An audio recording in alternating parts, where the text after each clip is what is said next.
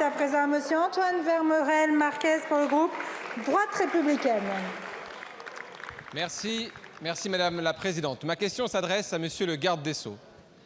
Monsieur le garde des Sceaux, connaissez-vous la différence entre un terroriste et un pédocriminel? Un terroriste, on le surveille et on cherche à l'interpeller avant qu'il ne passe à l'acte. Un pédocriminel, on le laisse tranquille jusqu'à ce qu'il bâillonne, qu'il viole et qu'il tue une enfant de 11 ans. Et pourtant, l'information était là.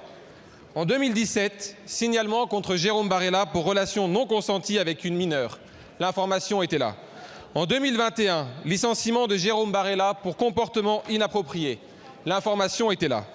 En 2022, nouvelle plainte contre Jérôme Barella pour viol sur mineur de 7 ans. L'information était là. En 2025, nouvelle plainte enregistrée contre Jérôme Barella en Haute-Garonne. L'information était là. À chaque étape, rien n'a été transmis, rien n'a été relié, rien n'a été communiqué.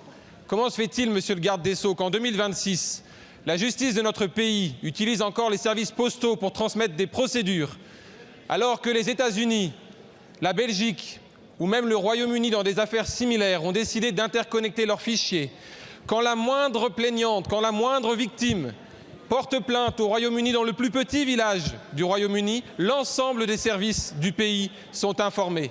La police, la justice, bien sûr, mais aussi l'éducation nationale, les collectivités locales. Car l'enjeu de ces pays, ce n'est pas d'interpeller après le passage à l'acte, mais de faire comme pour les terroristes, car il n'y a pas de différence entre un terroriste et un pédocriminel qui cherche à s'en prendre à nos enfants et à leur voler la vie. L'enjeu, c'est de les interpeller avant le passage à l'acte. Alors, Monsieur le garde des Sceaux, ma question est simple. Nous avons déposé avec mon groupe une proposition de loi qui vise à interconnecter les fichiers et à faire en sorte que l'on puisse interpeller les suspects avant la récidive. Êtes-vous, oui ou non, prêt à la reprendre dans le projet de loi de protection de l'enfance qui sera étudié dans cette Assemblée en juillet? Merci beaucoup, Monsieur le député. La parole est à Gérald Darmanin, garde des Sceaux, ministre de la Justice. Merci, Madame la Présidente. Monsieur le député, permettez-moi de corriger cependant votre présentation. Il y avait des inscriptions au fichier TAGE du ministère de l'Intérieur. Il y a 17 millions de Français qui sont dans le fichier du ministre de l'Intérieur, consultables par les policiers, par les gendarmes, par les douaniers et par les magistrats. Monsieur Barella était dans ce fichier, le rapport d'inspection le montre. Et il était dans le fichier dit Cassiopée de la justice, où en effet tous les parquetiers de France, quel que soit l'endroit où vous portez plainte, montrent que, effectivement, nous connaissions les antécédents judiciaires de M. Barella. Ces fichiers étaient à jour, la réponse est oui, nous dit l'inspection. Ces fichiers ont-ils été consultés par le parquet de Toulouse? La réponse est oui. Est-ce qu'il y a eu consultation au parquet d'Auch? C'est la réponse qu'a donnée le rapport d'inspection qui nous a permis de prendre un certain nombre de mesures conservatoires pour les gendarmes comme pour les magistrats. Ces fichiers existent. La question que vous posez, c'est une autre question. C'est, y a-t-il des fichiers administratifs, puisque vous faites le parallèle avec le terrorisme, comme des fiches S, qui sont des fiches de renseignement administratives et qui ne permettent pas des interpellations, mais des surveillances? C'est un débat extrêmement important. Pour cela, il faudrait que le ministère de l'Intérieur crée un fichier administratif, quitte à être renseigné par des mesures de renseignement, y compris judiciaires.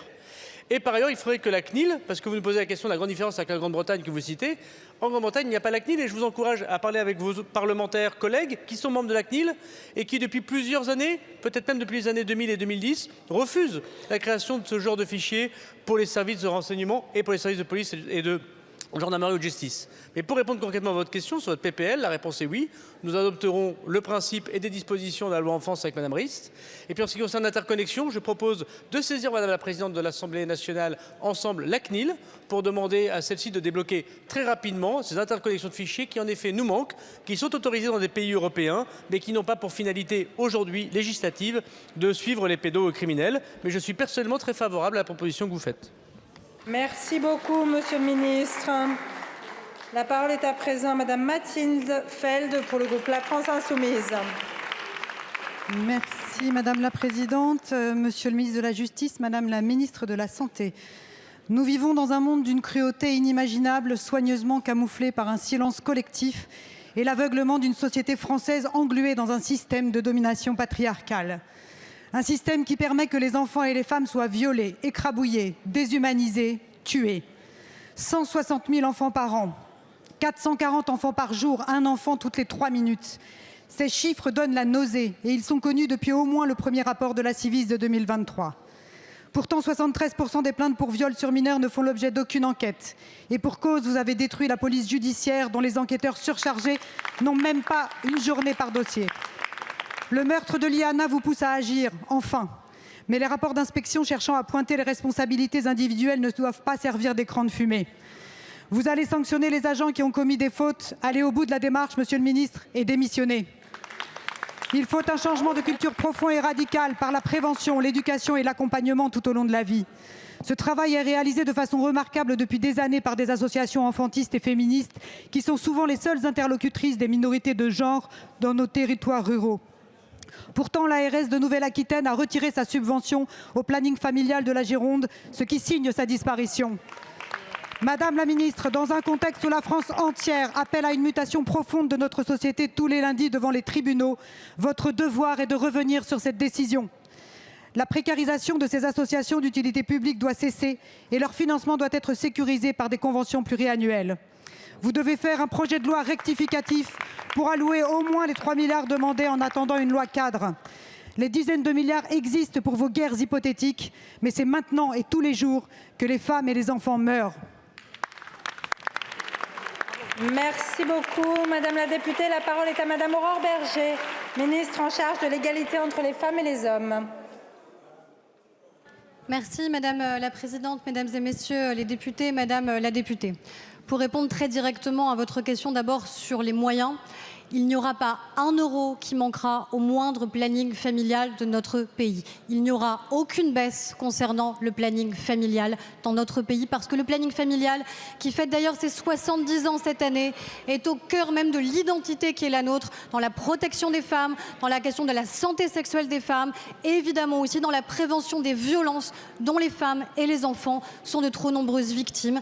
Pas un euro de baisse, c'est l'engagement que nous avons pris et c'est l'engagement qui sera tenu planning familial par planning familial, y compris dans la situation très précise que vous évoquez. Ensuite, le Premier ministre a eu l'occasion de le dire. Vous savez que nous travaillons justement sur la question de la proposition de loi dite intégrale avec l'ensemble des parlementaires qui sont engagés sur le sujet. Nous étudions proposition par proposition, mesure par mesure, article par article pour voir ce qui peut être fait immédiatement et ce qui relève de la loi. Le Premier ministre l'a dit, il y aura du temps parlementaire dédié aussi longtemps que nécessaire pour garantir que tout ce qui doit encore être fait dans la loi soit fait dans la loi, à la fois pour la protection des enfants, pour la prévention des violences sexuelles à l'encontre de nos enfants et la protection évidemment des femmes qui aujourd'hui sont aussi les premières victimes des violences sexuelles.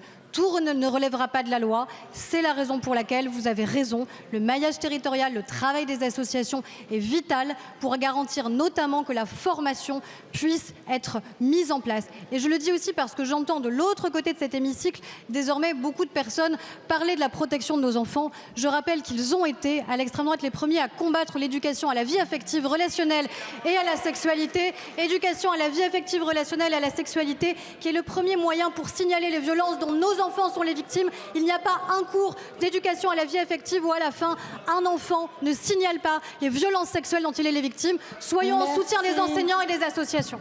Merci beaucoup Madame la ministre. Allez-y Madame la députée. Donc c'est une bonne nouvelle pour le planning familial de la Gironde puisque sa subvention va être rétablie. Il ne reste plus maintenant qu'à faire un projet de loi rectificatif pour aller plus vite et allouer directement les 3 milliards aux associations. Je vous remercie.